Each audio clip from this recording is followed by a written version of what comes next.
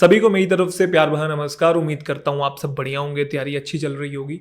तो आज के सेशन में हम लोग बात करने वाले हैं एडिटोरियल को हम लोग कैसे इंप्रूव करें। अक्सर बच्चे ये सवाल पूछते हैं, सर न्यूज़पेपर में जो एडिटोरियल आता है ना, इसे हम कैसे इंप्रूव करें। लैंग्वेज बहुत डिफिकल्ट लगती है, बहुत कॉम्प्लिकेटेड लगती है, हमको समझ में नहीं आता है। तो इसके बारे में आज हम डिटेल में थोड़ी सी बात करेंगे। देखो, सबसे पहले आप ये चीज़ समझो कि एडिटोरियल होता क्या है, इंप्रूव करना बात की चीज़ है। अगर हम देखें न्यूज़पेपर को, न्यूज़पेपर में एक फ्रंट पेज है या बाकी सारे जितने भी पेजेस हैं और एक एडिटोरियल पेज होता है। अगर आप दोनों में डिफरेंस देखेंगे तो जो फ्रंट पेज है या जो बाकी पेजेस होते हैं न्यूज़पेपर के, वहां पे आपको ना ऑथर का नाम नहीं दिखेगा, वहां पे बस आर्टिकल पब्लिश हुआ आपको दिखाई देता है। लेकिन एडिटोरियल पेज पे जो आर्टिकल्स आते हैं बाकायदा वहां पे ऑथर के नाम भी लिखे होते हैं कि इस पर्टिकुलर ऑथर ने इस आर्टिकल को लिखा है। अब इस चीज से हम लोग क्या समझते हैं कि जो फ्रंट पेज है या जो बाकी सारे पेजेस हैं वहां पे आपको फैक्ट्स मिलते हैं, लेकिन एडिटोरियल पेज पे आपको फैक्ट्स नहीं मिलते, आपको ऑथर के पर्सनल ओपिनियंस मिलते हैं। ऑथर के पर्सनल ओपिनियन है, इसलिए वहां पे ऑथर का नाम लिखा हुआ है कि ये सारी बातें जो कही गई है इस ऑथर ने कही है, हमने नहीं कही है। हालांकि न्यूज़पेपर वाले भी उस बात से एग्री करते हैं जो कि ऑथर ने कही है, लेकिन होते वो ऑथर के ही पर्सनल ओपिनियंस होते हैं। तो हमें ये चीज तो समझ में आ गई एडिटोरियल है क्या। एडिटोरियल एक just bunch of personal opinions है। तो अब सवाल ये आता है, सर फिर एडिटोरियल को इंप्रूव कैसे करें। देखो, इंप्रूव करने के बहुत सारे मेथड हैं, वोकैबुलरी भी है, रीडिंग भी है, लेकिन आज हम इनके बारे में बात नहीं करने वाले हैं क्योंकि हमको पता है ये सारी चीजें बेसिक है, ये तो चाहिए ही चाहिए। लेकिन इसके अलावा एक और क्रूशियल फैक्टर है जिसकी वजह से स्टूडेंट्स को जो एडिटोरियल है वो समझ में नहीं आता है, और वो है बैकग्राउंड नॉलेज। अब आप पूछेंगे सर ये बैकग्राउंड नॉलेज क्या है। तो बैकग्राउंड नॉलेज का मतलब है किसी भी टॉपिक की नॉलेज। अब किसी भी टॉपिक की नॉलेज का क्या मतलब है, मान लेते हैं एडिटोरियल पेज पे कोई आर्टिकल छपा है, वो किसी पर्सन ने लिखा है, मान लो एक्स पर्सन ने लिखा है। अब वो जो भी इंसान होगा उस पर्टिकुलर फील्ड का एक्सपर्ट होगा, उसे उस फील्ड की बहुत ज़्यादा नॉलेज होगी, तभी उसकी जो बातें हैं वो अखबार के अंदर छपी हैं। वो हमसे ज़्यादा नॉलेज रखता है, हमसे ज़्यादा उस फील्ड के रिगार्डिंग उसके पास डेटा होगा, उसके पास आर्ग्यूमेंट्स बहुत अच्छे अच्छे होंगे। हमें कभी कभी टॉपिक की इतनी नॉलेज नहीं होती है और फिर हम अपने आप को कोसते हैं, यार मुझे समझ में नहीं आ रहा, जबकि जो प्रॉब्लम होती है वो टॉपिक की नॉलेज में होती है। तो आप टॉपिक की नॉलेज अगर अच्छी करेंगे तो आप डेफिनेटली एडिटोरियल को बहुत अच्छे से समझ पाएंगे। तो आपके मन में सवाल आ रहा होगा, सर फिर ये बैकग्राउंड नॉलेज हम लोग कैसे इंप्रूव करें। देखो, बैकग्राउंड नॉलेज इंप्रूव करने के दो मेथड है।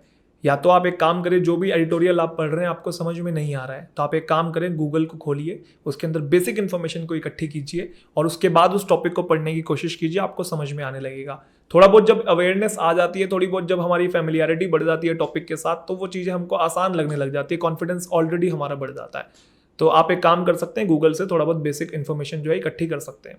दूसरा जो मेथड है, अगर आप एडिटोरियल की अच्छी अंडरस्टैंडिंग बढ़ाना चाहते हैं, उसमें थोड़ी सी मेहनत लगती है, लेकिन मैं बता देता हूँ आपके लिए, वो है एनसीईआरटी की बुक्स पढ़ना। अब मैं एनसीईआरटी की बुक्स पढ़ने के लिए आपको क्यों बोल रहा हूँ, क्योंकि अगर आप न्यूज़पेपर को उठाएंगे और न्यूज़पेपर को ऑब्जर्व करेंगे तो ज़्यादातर बार आप बातें देखेंगे, या तो पॉलिटी की बात हो रही होती है या फिर इकोनॉमिक्स की बात हो रही होती है। इन दो चीज़ों के बारे में बात हो रही है, और भी बहुत सारी चीज़ें। वैसे तो क्लाइमेट भी है, हिस्ट्री है, ज्योग्राफी है, आपका टेक्नोलॉजी है, स्पोर्ट्स है, बहुत सारी चीज़ों के बारे में बात होती है। लेकिन अधिकतर बार आप देखेंगे मेजोरिटी ऑफ द चंक्स होता है वो आपका या तो पॉलिटिकल साइंस होता है या फिर इकोनॉमिक्स होता है।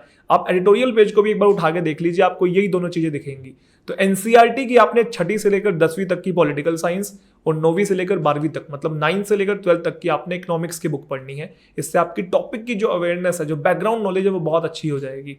लेकिन आपके मन में सवाल आ रहा होगा, सर बचपन में हमने पढ़ी तो है, लेकिन उस टाइम पे चीज़ों को हमने रटा है, हमने समझने के लिए नहीं पढ़ा है। अभी हम समझने के लिए पढ़ेंगे, क्योंकि उस टाइम पे जवानी हमारी चरम सीमा पे होती है, अलग ही धुन में चल रहे होते हैं, है ना। इससे या उससे कैसे बात हो जाए बस, है ना, इसके साइड वाली लाइन में डेस्क पे मैं कैसे बैठूं, वो उस टाइम पे होता ही है आपको। और पढ़ते भी है, मैंने कहा रटने के लिए हम लोग पढ़ते हैं, अभी हम समझने के लिए पढ़ेंगे। तो चाहे आप किसी भी स्ट्रीम से हो, साइंस वाली स्ट्रीम से हो, कॉमर्स वाली स्ट्रीम से हो, किसी भी स्ट्रीम से हो, आप 6 से लेकर 10 तक की बाकायदा पूरी की पूरी किताबें पढ़ें, 6ठी की भी पढ़ें, 7वीं 8वीं 9वीं 10वीं, और सीक्वेंस में पढ़ें। सीक्वेंस में क्यों, आप ये मत सोचिएगा मैं डायरेक्ट 8th पढ़ लेता हूं या 9th पढ़ लेता हूं, नहीं। क्योंकि अगर आप 7th क्लास की बुक पढ़ेंगे और उसके बाद जब 8th में जाएंगे तो वहां लिखा होगा कि देखो हम 7th क्लास में बोला चैप्टर आया था, उसमें ये चीज हमने डिस्कस की थी। ऐसे जब आप 8th के बाद 9th में जाएंगे तो 9th में लिखा होगा अच्छा 8th क्लास में वो चैप्टर आया था, उसकी बातें यहाँ पे डिस्कस हो रही हैं। तो सारी चीजें लिंक्ड हैं, इसलिए आप सीक्वेंस में सारी की सारी जो एनसीईआरटी की बुक्स हैं जो मैंने सजेस्ट करी वो वाली पढ़ेंगे। दूसरा, आप इसके वर्ड्स भी लिख लीजिएगा, क्योंकि इसके अंदर ऐसे ऐसे वर्ड्स हैं, ऐसे ऐसे जार्गन्स यूज होंगे जो कि एडिटोरियल में यूज होते हैं। हम लोग कभी कभी हैरान हो जाते हैं कि 6th 7th क्लास के वर्ड्स जो एडिटोरियल में आते हैं बच्चों को वो भी नहीं पता होते। मैंने फिर से वही वाली बात कही कि हम रटते हैं, हम समझते नहीं है बचपन में। तो आपको बहुत ज़्यादा एफर्ट लगाना है एनसीईआरटी की बुक्स पढ़ने में अगर आप जेन्युइनली एडिटोरियल को इंप्रूव करना चाहते हैं। कुछ बच्चे हिंदी मीडियम से हैं जिनसे एनसीईआरटी की इंग्लिश मीडियम वाली बुक्स नहीं पढ़ी जाएंगी, तो आप हिंदी मीडियम वाली पीडीएफ भी डाउनलोड कर सकते हैं। आप पहले इंग्लिश में पढ़िए, उसके बाद आप हिंदी में पढ़िए, हिंदी में पढ़ने के बाद दोबारा आप जाके इंग्लिश में पढ़िए, तो चीज़ें आपको अच्छे से समझ में आने लगेंगी। एक बार आपकी टॉपिक की अवेयरनेस बढ़ गई पॉलिटिकल साइंस और इकोनॉमिक्स की, आप खुद देखिएगा एडिटोरियल की अंडरस्टैंडिंग आपकी ड्रास्टिकली इंप्रूव हो जाएगी। बाकी फिर मुझे उम्मीद है कि ये जो सेशन है आपको समझ में आ गया होगा। फिर किसी और दिन अगले सेशन में आपके साथ मुलाकात करेंगे। अपना ध्यान रखिए, तब तक के लिए बहुत बहुत शुक्रिया, बहुत बहुत प्यार।